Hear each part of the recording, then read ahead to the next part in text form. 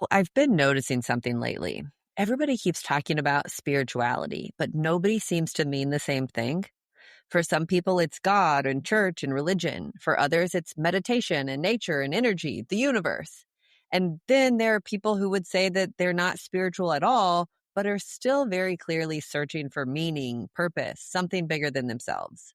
So it got me wondering, have we expanded what spirituality means, or have we stretched it so far that it almost means anything now? I feel like before we go anywhere else, we kind of have to start there. What is spirituality? Yeah. And I think the most interesting part about this conversation for me is how different spirituality can be for so many different people. For some, it's structured and rigid, while others find it fast and loose. For some, it's inherited, while many others go on extensive journeys to discover it. And some just stumble into it by chance. So, what's the difference? Is one better than the other? How do you even quantify something like spirituality? Does a Catholic priest score differently than a Buddhist monk on a spirituality scorecard? From my perspective, the winds of change are noticeable. Growing up, spirituality and church seemed almost the same thing. It was community, routine, expectation, and yeah, sometimes a little bit of pressure to believe and participate in a certain way. So I think the honest question is, how much of what we call spirituality is truly belief? And how much of it is just the culture that we're in? Because people have always believed in something. And even now, when people are stepping away from institution, they're still searching for something. It just looks different today. So are we actually coming back to spirituality, or are we creating something entirely new? Welcome to Two Millennials and Mom. I'm Callie. I'm Cole. And I'm Mom. So I've recently reread a book about a spiritual journey by a popular writer. And I have to say, when you talk about going on an adventure to do this and spending months in silence or, at an ashram, that it kind of, in some ways, makes me a little jealous, and in some ways makes me kind of, go, what? A little. Yeah. So, let's talk about what we think spirituality is. Is that belief? I don't think it has to be. No. Yeah. I think my definition of spirituality is going to be considered by many in Western society more on like the woo-woo side of things. Oh. Like, to me, spirituality is understanding and feeling the connection that you have with the rest of the universe. Yeah, it's energy for me. I was talking to somebody the other day about whether or not like the vibrations of the world and everything around us have an impact, play a role in our everyday feelings and movements and thoughts. And I thought it was interesting. And how do you think we come to that? Come to what? To our definition of spirituality. How do you recognize your own spirituality? I mean, it's like anything else. It's exposure. It's experience. I think that that's true, but I also I'm kind of having a Golden Girls moment here. As you get older, you stop caring about what everybody else thinks and you just kind of decide what's right for you. And I think that the same is true of this. Like, you can believe whatever it is that you want to believe, but don't try and interfere with me and mine. And I don't really care. If you do or don't agree with me, I don't really care. I am putting things out into the universe, into the energy and the vibrations around me that I hope to receive back. And that's plenty for me. What would you call a spiritual experience? I think there are different spiritual experiences. Like, for me, I would have told you that coming out of the cloud bank into Alaska and landing in a plane was a spiritual experience.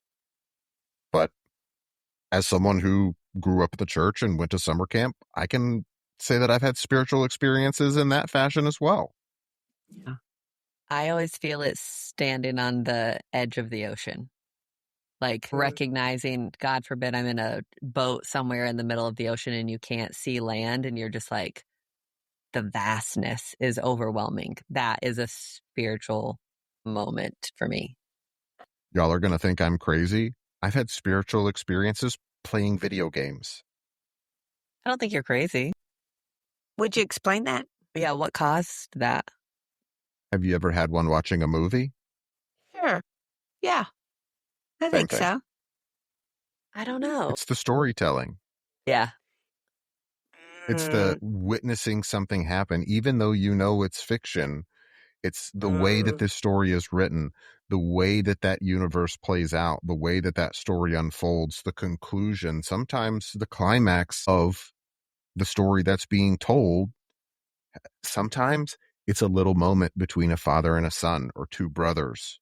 I love Now I'm that. thinking of the Bud Light commercial with the guy and his dog, the Super Bowl commercial from several years ago. I'll be back. And then he's like, sorry, buddy, I didn't come back because I had too much to drink. I burst into tears.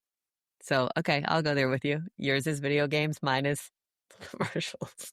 So you guys are talking about something that's way looser, I think, than what I think it's deeply impactful. most people think. That would be how I define it. Oh, that I would agree with you about it being most people. Maybe most people you know. Ooh, gauntlets thrown. Yeah. I mean, I kind of thought about that when I said it. But I guess what I'm hearing is that it's not really about a belief system. It's not faith. Your Do idea of Buddhists have faith? spirituality is more feeling, a reaction. I mean, I think that's what it is. It's feeling and reacting to feeling the universe and being a part of it. Because, like, I can go through everyday life normally and not recognize every second of every day my existence within the universe. But sometimes seeing that and it, like, not necessarily like an out of body experience, but like almost feeling that way and taking the time to recognize and acknowledge that feeling, I think is deeply spiritual. I think that expands spirituality, and I like that idea that it's broader, can be deeper, that it's not just What's belief, wider it's than the universe?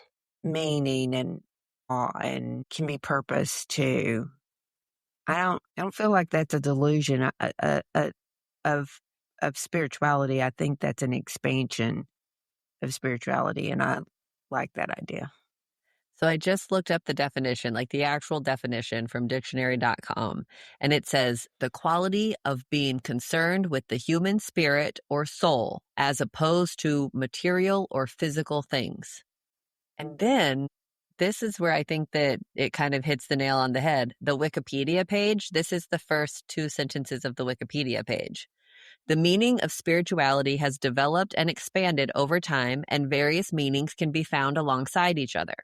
Traditionally, spirituality referred to a religious process of reformation which aims to recover the original shape of man oriented at the image of God.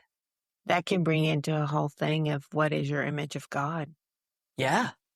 So, And I think that that's something that we as a society have done a pretty decent job of, is allowing the expansion of thought. I may not always agree with you or agree with everything that you think, but it's okay to have a different thought process and a different conclusion than mine. You know, I think we've done a better job at that in years past. so let me ask you this. Is it just individual or can it be communal? Can it be structured? I think it can be both. I don't think so. I don't think so. I think that even if you're talking about, let's go to like a very traditional experience of spirituality. If you're sitting in a sermon with the congregation and lots of people are moved by it, there's nothing wrong with that. They are just still individually, independently having spiritual moments. And so I I don't think think that that that's necessarily true. I think it can be But I think there can certainly be instances of group spiritual experiences. I think think that I'm they're going to still yours. side with Cole on this one. I think there are circumstances of group spirituality when you are all okay. Here's my example. Let's look at the Artemis astronauts. That's exactly where I I was going to think go. that was, uh, and I think they would say the same thing. That was a group spiritual moment, That they each experienced individually. but they also Well, yeah, but experienced there's no other together. way to experience Yeah. something. Yeah, you're always going to be individual, but That's You've my never had an point. experience with a group of people that has fundamentally altered, in a good way or a negative way, your relationship with them? Sure, but I think that that's kind of my point. I have been in scenarios where it fundamentally altered one person for the better and one person for the worst. Like, just because we had the same experience doesn't mean that the takeaway was identical. But it doesn't mean it's not either. yeah, Right, but I think that that's my point. It could be any of the above, but I still think that it is all independent, individualized to we just did it individually together. Does that sound silly? But that's how I think about it in my head. I I think we're using different words for the same idea. Yeah, like I Yes, get what you're saying. Your experience is different than mine, but you and I can have a spiritual experience together that changes our relationship. I think about it like childhood, though, and we've talked about this before. Like, we grew up in the same house. That doesn't mean that our experiences are identical, that we took away everything the same way. And so while we both had even the same experiences in many, many instances, because of everything else that has built you to that point, I don't think that the end result is necessarily the same. I think that it is individualized. I think you're kind of stretching this beyond what I'm thinking because, yes, you can have a communal spirituality because you're tuned in together and you're on the All a same, part of the same universe. yes, and that's individualized, but it's also because of where you're at the time and where you are. And do I think every spiritual moment has to be communal? No, I don't think so. And I think that you could have a moment and somebody standing right next to you might not have the moment, but that doesn't preclude there being a communal property at some point in some instances. This is going to make you laugh, but I'm thinking about a Taylor Swift concert. I mean, you know, that's kind of how people talk about it when they come out of that, even the dads. So there's a moment there, and everybody's having individual moments, but there's a moment there that is, combined. So I like this ability of of having your own definition of spirituality and that being okay. And yet I can understand also having a togetherness with that in some circumstances. Yeah, I guess I just think that there's a difference between spirituality and camaraderie. I agree. There is a difference between spirituality and camaraderie, but I don't necessarily think that camaraderie is the right term just because there's a group of people Experiencing the same thing together. experiencing the same thing. Okay. I mean, just different. So one of the things that kind of started us on this trail was an article that I read about Britain is having a Christian revival. It was a opt-in survey that was taken last year that made everybody go, Britain's having a revival, which is kind of interesting because Britain is probably the most secular country that we think of. And so, I mean, it made big news. Everybody was talking about this. And then just recently, the group that did this survey had to retract it. And why did they have to do that? Let's see. They didn't have security measures in. It was an opt-in They led the witness. survey. Yeah, they kind of led the witness. They allowed, it was 13,000 people, but it was kind of a selected group of that 13,000. And here's something that I thought was very interesting.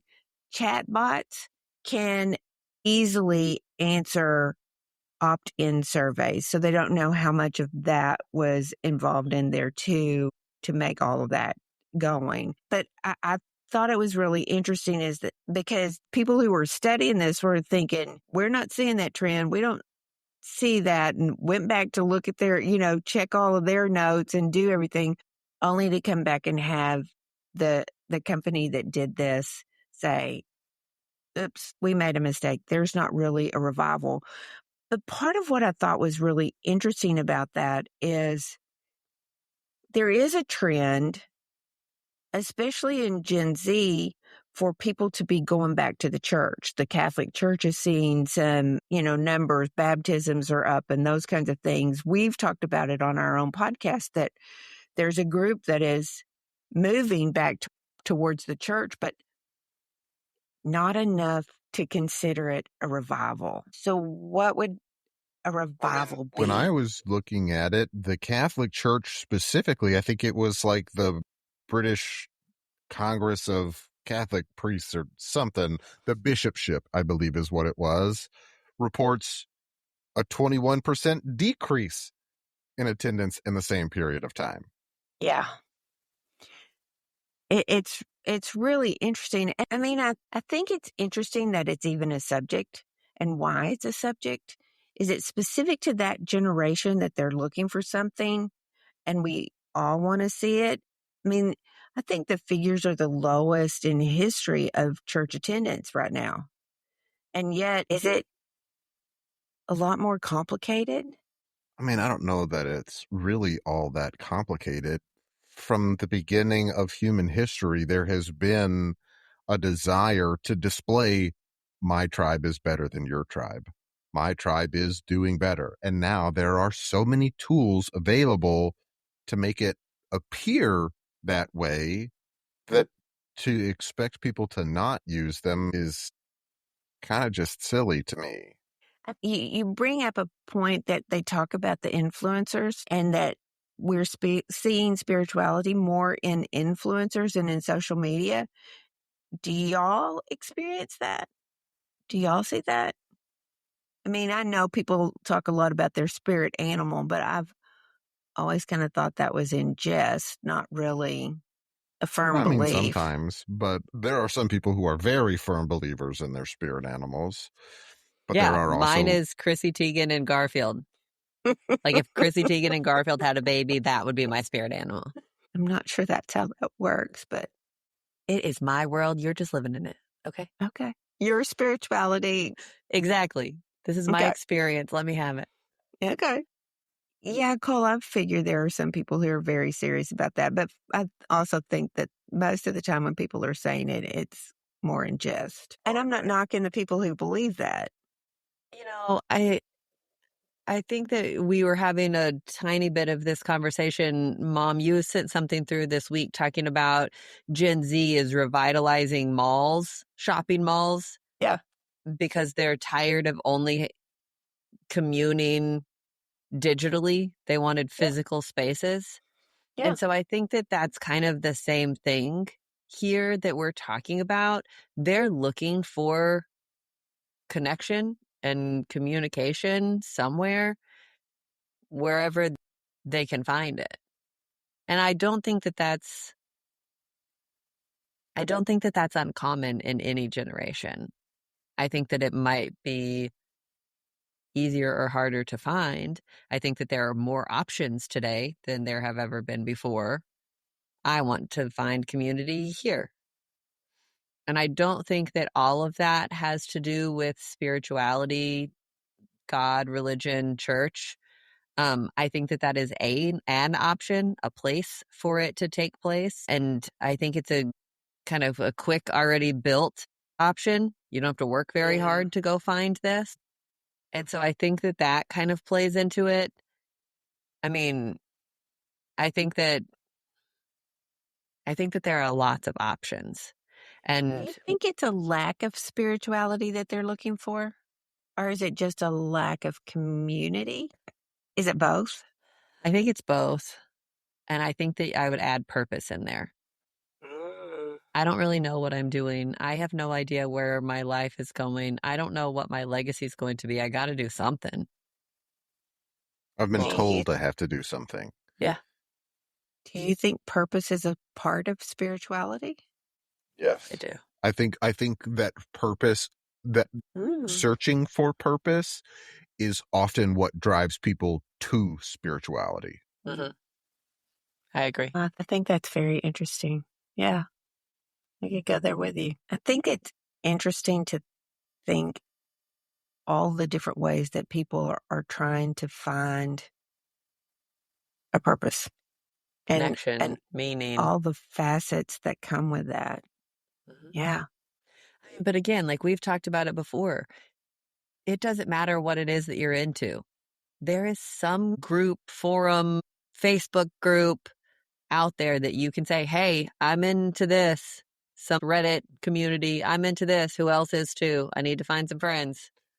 Maybe this is why Gen Z is going to malls and to churches more, because have you ever tried to join one of those groups? They can be very rough. I mean, yeah, I think that brings in the keyboard warrior to play, right? Like, I'm behind a keyboard. I can say anything and everything that I want. I don't have to exercise decency and congeniality. Like, I can be a total dick. This is fun. Whereas physical spaces, it's much harder to take that stance. But I'm just sitting here thinking, I mean, really, in the past, you didn't have all the options that y'all have today. You could go to school, you could go to church, you could go to work. But I mean, there's so many people working from home now that option's kind of off the table. And I guess you could go to a bar too, would be your other. And not everybody Talk about a socially spiritual experience. And Gen Z is avidly not doing. not drinking. Mm-hmm. Yeah. But I still think y'all have more avenues, it feels like. And maybe it is the course we Reddit do. Unquestionably so. communities, but Unfortunately, I think that dilutes it to a certain extent. I would agree. you do?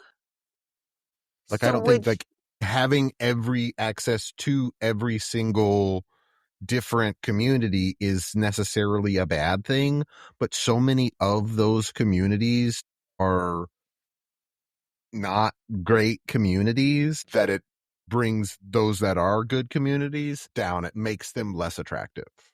That's really interesting. Another story that I read this week was about biblical patriarchy. And this is a group of Christians they have decided that one house, that the man should be the one who makes the decision and the woman should not. I mean, they're literally considering or trying to revoke the 19th Amendment. And when you talk about a group of bad, I think we've taken something that was positive and good and warped it in so many ways. And it's that same thing of the pendulum swing. Is that what you're saying? I mean, but I guess I'm confused how you can take some things and make them so vastly different and exclusionary and call that spiritual. It's the defense. You claim God, and that is defense for anything, everything. She has a point. We're watching it happen in real time around us, and it has been for years. It's just snowballing. It's been happening for millennia. Yes, but There are positive things about believing in a God. Sure. can you live a There are positive also life? positive things about drinking wine. Can you live a positive life without believing in God? Yes. So I don't think that it's mutually exclusive. Like you can't say like, hey, you have to have God in order to live a positive life. I mean, who's God? Which version of God? Is it the Right. Methodist version or the Baptist version? Or is it the Muslim version? Right. Is it the Greek pantheon of gods, or what about the Roman pantheon of gods? Like, which God? Right. Whose God? I just don't Because think that you can make it a rigid definition like that and say, hey, in order to be spiritual, in order to have a spiritual experience, God's required. I just don't believe that. maybe if your definition of God fits is broad enough, maybe that works. I'm going back to the Book of Mormon, though. Like, and I'm so bummed that you guys have never seen it. But the whole thing is like this guy, this Mormon nerd, goes into, I think they're in Uganda, and is teaching the ways of God to all of these people who've never heard of God, who don't know anything about this, and using Star Wars and all of these like characters that have nothing to do with anything about God, Jesus, anything. And he has taught these people that this is spirituality, and they believe him. And then the church of the Mormon church comes in, the elders come in, and they're like, we can't wait. You've saved so many people. You've taught them all this message. And then the people of Uganda start explaining the message that they've learned. And he's like, oh, crap. Whoops. And so I don't think that you can sit here. I mean, Cole's talking about how vast your definition of God is, which I think is absolutely relative for this conversation, but I don't think that it is black and white. I don't think that like there's lots of gray area. I personally don't believe that if you've never heard the word of God that you will be condemned to hell when you die. Like, I don't think that certainly isn't a God of love that the Bible teaches about. Like, that doesn't make sense to me. And I'm not a super spiritual person, but again, you can't impose your view of God or your view of reality or your view of spirituality on anybody else and classify that as fact. We're talking about truth versus my truth again, all of a sudden, you know? I find it very interesting that you just said, I'm not a very spiritual person. Is that true? In Or terms is of it that God. you're not a spiritual person in a certain... Who's God? Because the God that you're referring to here, the biblical God, the Christian God, doesn't have to be what you determine is God. Right. Yeah. So maybe you're very spiritual. You're just not Christian spiritual or biblically spiritual. That's fair. Yeah. So I don't know that it's the right thing to say I'm not a spiritual person. And again, we have this definition in our head about what that's supposed to mean. And yet I'm not sure tons of people accommodate to that. Tribe is better than yours. It's kind of crazy. It's the norm. Okay. I have spent the whole week watching the Artemis stuff, and I've confessed that I have cried more over. I mean, I think Callie, I sent you a deal, and I confessed that I just seemed to bawl every time I read any article about them at all. You know, when they named the crater for the commander's Yeah. deceased wife. I mean, really, that was so sweet. And when you watch them together, they were emotional about it. And I swear that crew has to have hugged more than any crew I've ever seen before. I mean, they were always hugging each other, but they said some of the most kind and gracious and spiritual things. They talked about unity. They talked about, looking back, and all they wanted to do was get back home, and how much they respected the people that were still at home. And, she talked about looking at the world and seeing all the Black around her and what that meant and how unifying that was. And so I I was fascinated in the end of the impact that that had on so many people, the change that seemed, the joy that seemed to bring people, that here was a group of 4 people that just made it feel different. It made it feel loving and kind and unified. I think that's vulnerability. I think that that is a credit to them being willing to be vulnerable. This is awe-inspiring. This is fascinating. This is beautiful. This is heartbreaking. They were all, every single one of them was willing to talk about it and communicate about those emotions and their feelings that they were having in those moments. And so while I don't believe that they had one shared spiritual experience, I think that they had individual spiritual experiences. But I do believe that it was so much more impactful due to the fact that they were incredibly vulnerable with exactly what they were going through, experiencing, thinking, feeling, seeing, everything. It just seemed to make such an impact on the world for just a short moment in time. It seemed to be very, very not only beneficial, but Awe-inspiring. awe-inspiring, uplifting. And it wasn't religious. But it was very definitely. I think people need to separate those two things in their heads, spirituality and religiousness. I don't disagree with you. I think you're right. And in all honesty, I think it's limiting if you just consider it religious. That spiritual can be much more than that, much bigger than that.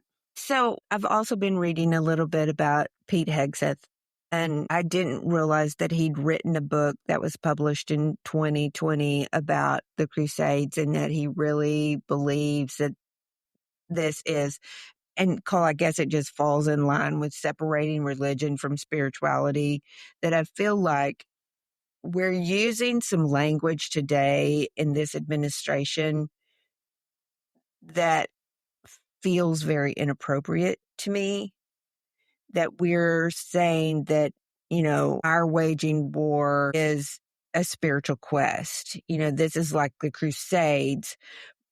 But again, if you look I think they back, need to go back and read the gospel again then. I think it's that, and somehow it's become really warped. That's not new though. Yeah. It hasn't become warped, it's been warped. I will agree with you that religion is often warped. I will agree with you. But I think there's something going on, particularly right now, that is more massive than normal. And we're using Christianity in a way that I've not seen it used, or not as blatantly seen it used, to justify whatever we're doing. And I know that's a historical thing, we've done that. I mean, that's when the Spanish priest came and converted, the indigenous people. I understand that, but this seems, when we're likening war to a crusade, or when we are. Well, the Crusades were a war, or several wars. But I thought we'd gotten smarter than that, Boo. I thought we had I would disagree with you. I thought we had Yeah, a we may have gotten a little historical. bit better at math and physics, but as a species, I don't think we're that much smarter. That's really sad. That's just existence. I also think, though, that, Mom, you kind of likened it to this administration, who is certainly not my favorite, but I don't think that we can give them all of that credit. I think it is much bigger than this administration. And I think that this has been happening in the background and has been gaining momentum for a long time. This is the way that we are working, that we want things to go. By specific groups and subsets of people. But also, I think that this is another situation where the squeaky wheel gets the grease, right? So if we sit here and complain and complain and complain and complain and complain about X, eventually it will get fixed. It will change. That's how the whole analogy works, right? I'm tired of listening to the squeaky wheel, get the grease. And I think that you're seeing it more in front, more out in the open because of this administration and their belief in it, or their willingness to push this narrative. It makes it feel really loud. I think it's always been loud. I think that it's just loud from up top right now. I think that's probably you probably said the right words to push this narrative. And I'm struggling that I think that people, just like if you go back to the colonies, that people came to America because they were trying to get away from the Religious Church of England. persecution. And yes, and persecution. And yet, as they came, they accepted kind of a societal norm. Even if they believed in fairies or witches, they still Set that aside. set that aside to be socially acceptable. And what I don't want to see happen here is that we decide that the things that are being said that are socially acceptable. And so we can follow that trend because it's socially acceptable when it's spoken so. It's cyclical. It's happened over and over and over again for literally thousands of years. I've never seen this kind of religious swing in my lifetime. The Holocaust? In your lifetime? Sure. You know, Literally Cal, all of Europe was at war with all of Northern Africa several dozen times for about 1,000 years. Pretty much in the same way. maybe that's it. Maybe it's just this is the first time in my lifetime that I've experienced this. And I think certainly your generation, we've talked about this too in past episodes, but your generation was served a bill of goods. This is what it takes. This is what you do. This is how everything functions. This is who you trust. And you believed them. And I think for a period of time, for again, a subset of people, you could. That was a fine, safe move to make. And I think that isn't true anymore. You're not the subset that is safe anymore. It's just impacting you greater. So you feel it.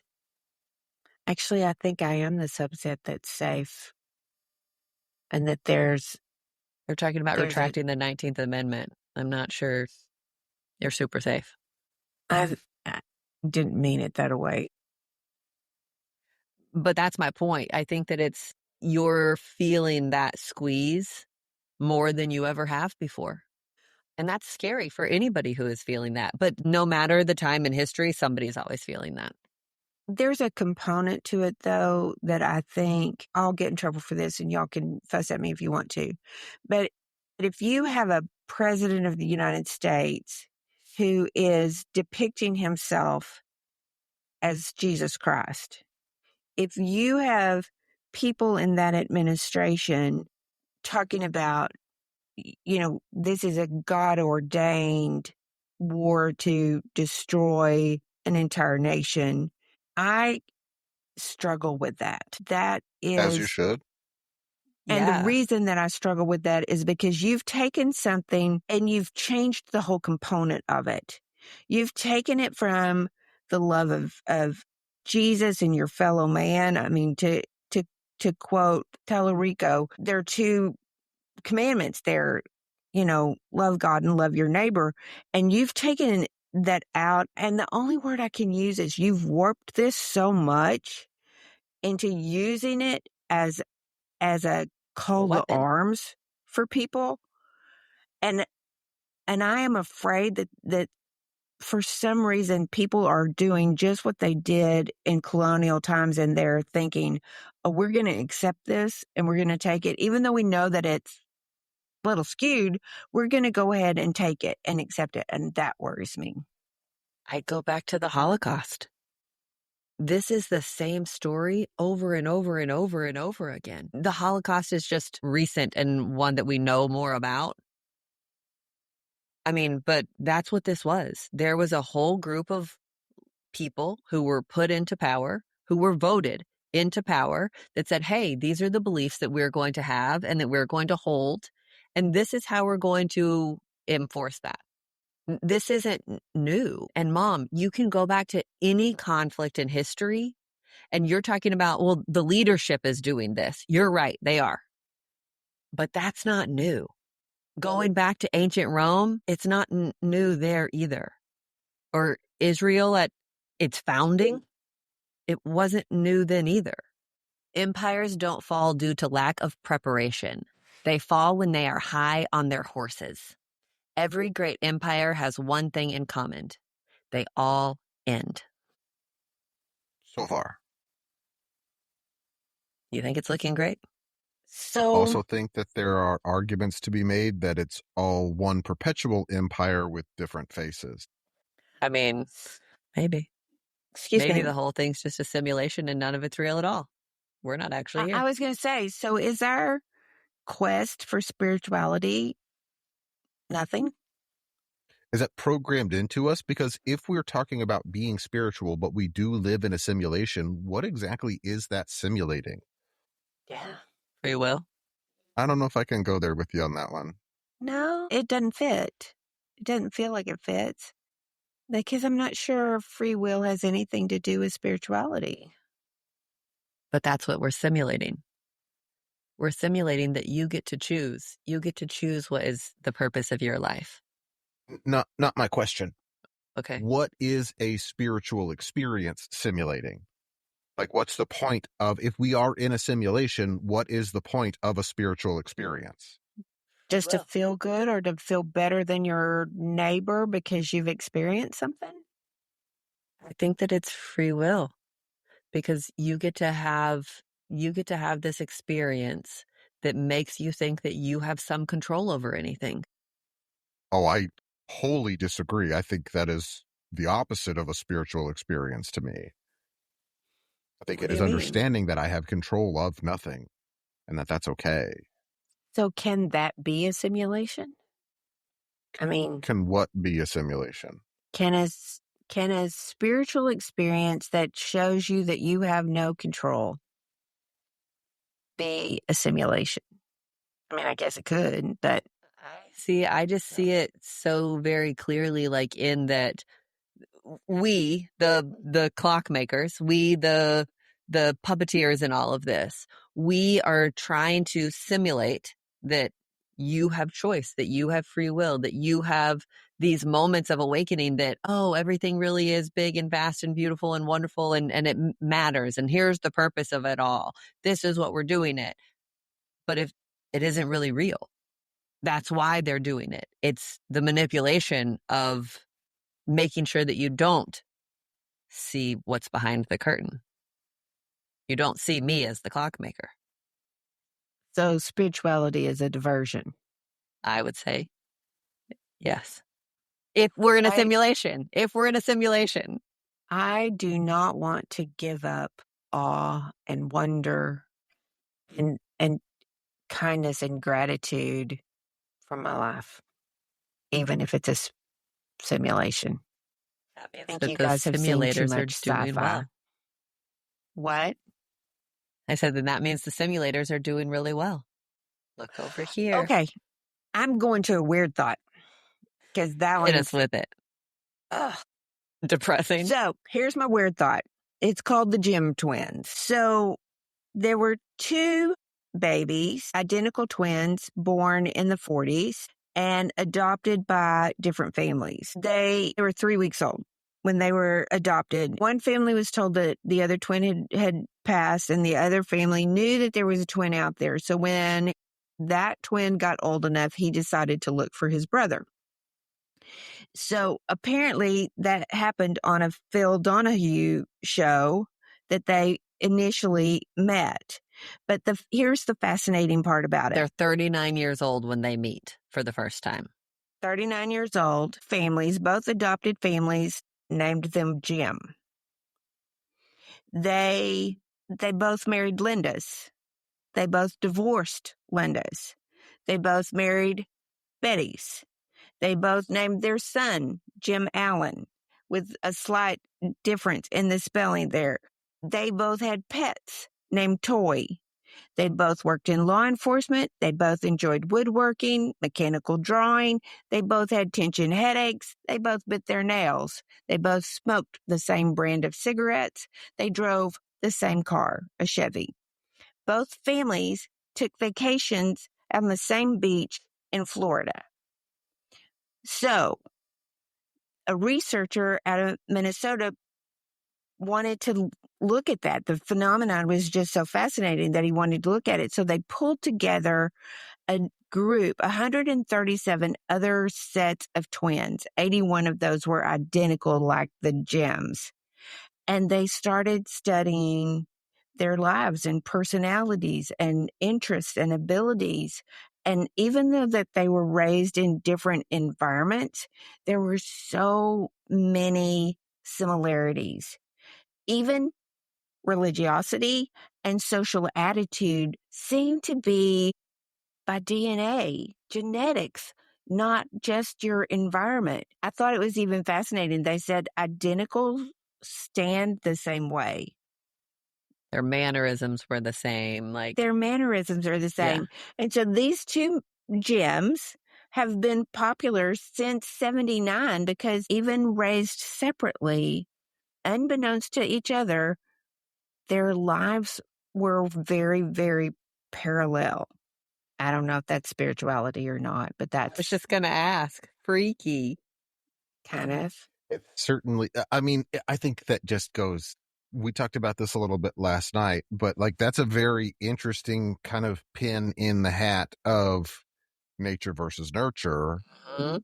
And like I Amazing. can tell you, and sure, this is anecdotal and probably not the best example, but I have watched Nathan and myself grow up to basically just be our fathers. And I understand that we have their influence and that is impactful, but there are some things that like I have seen like I'll never be that way, and I am exactly that way. You do share a lot of his traits. But, I was laughing because people talk about Callie and I looking alike, which we don't see in each other.